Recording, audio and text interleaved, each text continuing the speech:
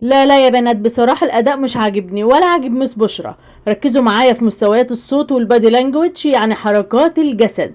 يلا بينا نركز جدا مع بعض في الأداء.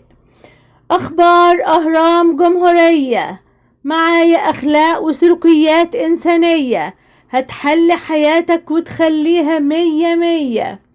والبنت بقى اللي هتقول انا هشتري وريني بضاعتك معاك ايه، انا عايزاها تقولها وهي كلها شغف، وهي بتقول الجملة دي يكون عندها حماس وفضول.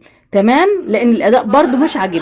اخبار اهرام جمهوريه، معايا اخلاق وسلوكيات انسانيه هتحلي حياتك وتخليها مية مية. مين قال هشتري؟ انا هشتري معاك ايه؟ تعالى شوف بنفسك. وريني. مين؟ مقاطع بقى. أنا الأمانة واسمي مأخوذ من الأمن، والأمن ضد الخوف، وقد كان بصي رسول الله. انا الامانه. وقفي ثانيه. انت بتعرضي. تركزوا على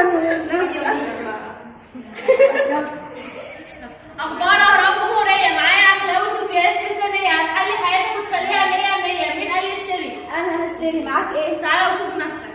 وريني. أنا الأمانة واسمي مأخوذ من الأمن، والأمن ضد الخير، والأمن ضد الخوف، والأمن ضد الخوف، وقد كان رسول الله صلى الله عليه وسلم عليه الصلاة والسلام. أمين. وإذا ضربت انتشر الفساد وقامت القيامة، قد قال رسول الله صلى الله عليه وسلم إذا ضيعت الأمانة قد قامت الساعة. الله، دي صفة جميلة، انا اشتريتها. معاك ايه تاني؟ اخبار اهرام جمهوريه، معايا اخلاق وسلوكيات